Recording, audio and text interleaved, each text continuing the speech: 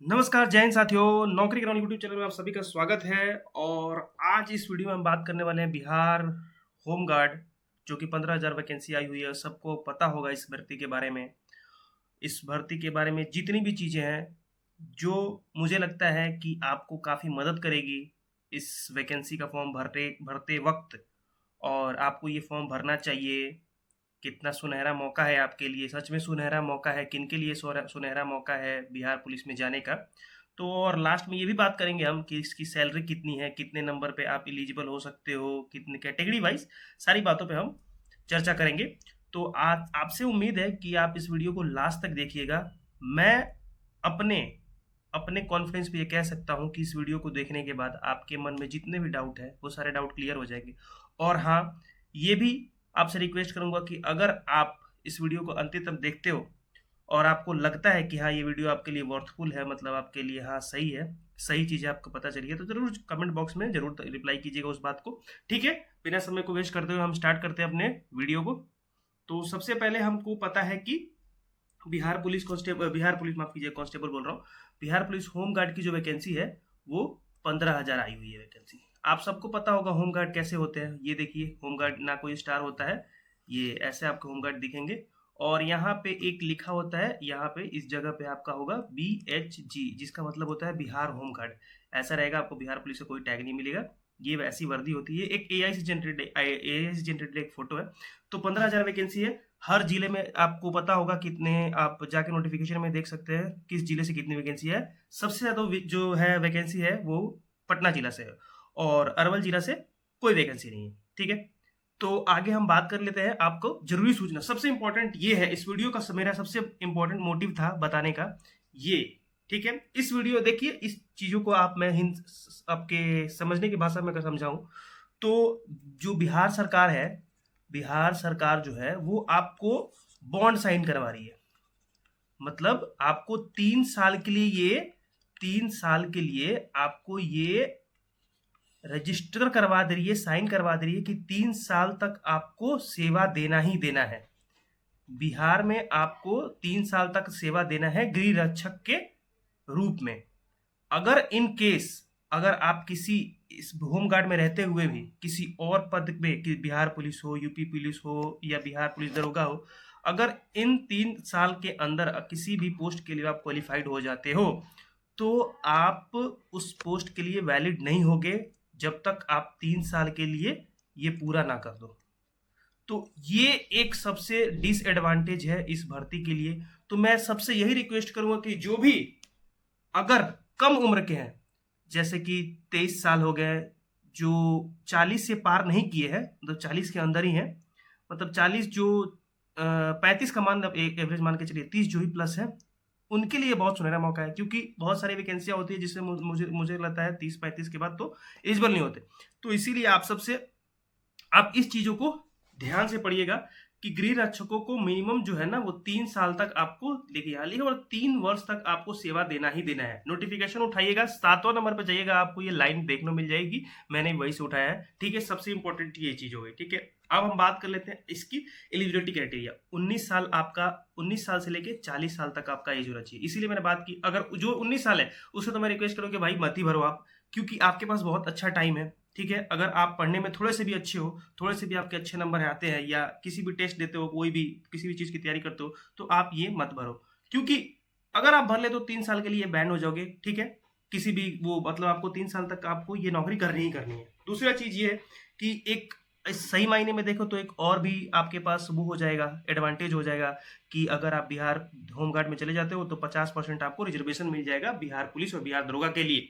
ये एक एडवांटेज है। ठीक है, अब बात कर लेते हैं कि आपका जो एज है वो कब कब से काउंट होगा। यानी 2/1/1986 से लेके 1/1/2006 के बीच जो भी बच्चे आते हैं, मतलब जितने भी लोग आ रहे हैं वो सारे इस फॉर्म को भर सकते हैं। ठीक है, 12th पास आपका मिनिमम क्वालिफिकेशन होना चाहिए, मतलब 12th पास आप होने चाहिए, इस तभी आप फॉर्म को भर सकते हैं। अगर ग्रेजुएशन है तो वो तो सोने पर सुहागा हो गया, तो वो आपके लिए बहुत बेस्ट चीज हो गई। क्योंकि अगर जब मेरिट बनेगी तो आपका क्वालिफिकेशन भी मायने रखेगा। वहां पे आपका डेट ऑफ बर्थ, जिनका डेट ऑफ बर्थ ज्यादा है उनको पहले रखा जाएगा, मतलब मेरिट लिस्ट में उनको पहले रखा जाएगा। मान लीजिए कोई दो लड़का है, मान लीजिए ये एक लड़का है, ये हो गया राम हो गया, ये ठीक, ये हो गया राम और ये हो गया एक श्याम। ठीक है, अगर श्याम के आते हैं 5 नंबर और राम के आते हैं श्याम 5 नंबर और श्याम के भी आते हैं 5 नंबर। ठीक है, तो अब इन दोनों में से किसको आगे रखा जाएगा? उसको आगे रखा जाएगा जिसका डेट ऑफ बर्थ जिसका है 1986, 87, 88 एंड फलाना ढिमकाना। ठीक है, और इसका अगर डेट ऑफ बर्थ है 2002 तो इस बच्चे को नहीं रखा जाएगा प्रायोरिटी ऑर्डर में। जो नंबर होगा वो मतलब जो मेरिट लिस्ट में जो नंबर 1 होगा इस बच्चे का सिलेक्शन हो जाएगा। ठीक है, तो आप समझ रहे हैं मैं क्या कहना चाह रहा हूँ। ठीक, तो इसीलिए उसके बाद अगर डेट ऑफ बर्थ भी मैच कर जाता है तो आपका एजुकेशन क्वालिफिकेशन देखा जाएगा कि कौन कितना ज्यादा क्वालिफाइड है। ठीक, अब हम बात करते हैं फिजिकल एलिजिबिलिटी के लिए। तो हाइट आपका जो है वो 5 फीट 4 इंच होना चाहिए, मतलब 162 सेंटीमीटर। ठीक, चेस्ट आपका इतना 31 इंच होना चाहिए। रनिंग आपको 1600 मीटर करना है 6 मिनट में। ठीक, गोला फेंक आपको 16 पाउंड का गोला फेंकना है। ठीक, 4 फीट का हाई जंप आपको 4 फीट करना है और लॉन्ग जंप 12 फीट करना है। लड़कियों के लिए भी आप देख सकते हैं 153 होना चाहिए। 800 मीटर आपका दौड़ है 5 मिनट में, 15 पाउंड गोला फेंक है और 3 फीट हाई जंप है और 9 फीट लॉन्ग जंप है। और ये जो जिले हैं 7 जिले, ये जो जिले हैं पूर्णिया, अररिया, किशनगंज, कटिहार, सहरसा, सुपौल, मधेपुरा, इन जिलों में मिनिमम जो हाइट की एलिजिबिलिटी है वो 157 सेंटीमीटर है इन जिलों के लिए। ठीक है, फिजिकल एलिजिबिलिटी आप समझ गए। किस जिले किस के लिए आपको कितने अंक मिलेंगे? तो 4 फीट अगर आप से कम फेंकते हो तो आपके 0 अंक मिलेंगे, मतलब समझो कि ये डिस्क्वालीफाइड ही हो गया। यहाँ अगर डिस्क्वालीफाइड हो गए, 4 फीट फेंकते हो तो 1 अंक मिलेंगे, 4 फीट 3 इंच फेंकते हो तो 2 अंक मिलेंगे, 4 फीट 6 इंच फेंकते हो तो 3 अंक मिलेंगे, 4 फीट 9 इंच फेंकते हो तो 4 अंक मिलेंगे, 5 फीट फेंक देते हो तो 5 में 5 आप प्राप्त कर लोगे। तो आप ये देख सकते हो, ये आपको अगर इसका स्क्रीनशॉट लेना है तो आप स्क्रीनशॉट ले सकते हो।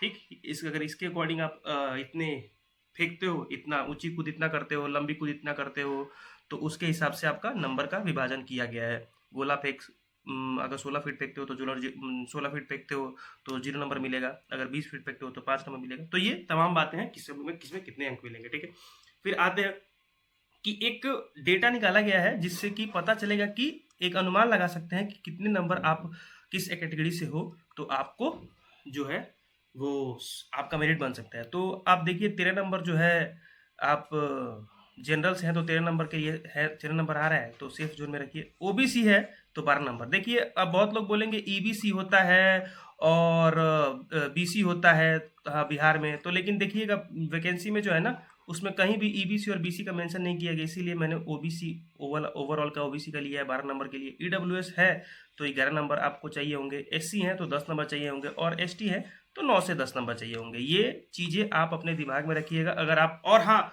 अगर कमेंट में अगर आप वीडियो देख रहे हो और आपको अच्छी लग रही वीडियो तो प्लीज़ आप हमारे कमेंट बॉक्स में इसके अकॉर्डिंग देख के आप अपना जो है नंबर जरूर कमेंट बॉक्स में कमेंट कीजिएगा कि आपके कितने नंबर आ रहे हैं। ठीक है, अब हम बात कर लेते हैं सैलरी। सबसे इंपॉर्टेंट चीज है सैलरी आपका 774 रुपए पर डे के हिसाब से, मतलब डेली वेजेस वर्कर के हिसाब से आपको सैलरी मिलेगी 30 दिन की। अगर आप छुट्टी मारते हो तो आपके 774 रुपए एक दिन के चले जाएंगे। ठीक है, 30 दिन के हिसाब से आपको 23,220 रुपए बनते हैं। अगर 23,220 में से 1,860 रुपए आपके जो है वो पीएफ कट जाते हैं। ठीक, और टोटल आपको जो इन हैंड सैलरी मिलती है वो 21,360 रुपए। ठीक है, तो ये उनके लिए है ये सुबह से सुनहरा मौका, जो कि बहुत लास्ट एज में इनका चल रहा है, उनके पास अब कोई भी वो नहीं है।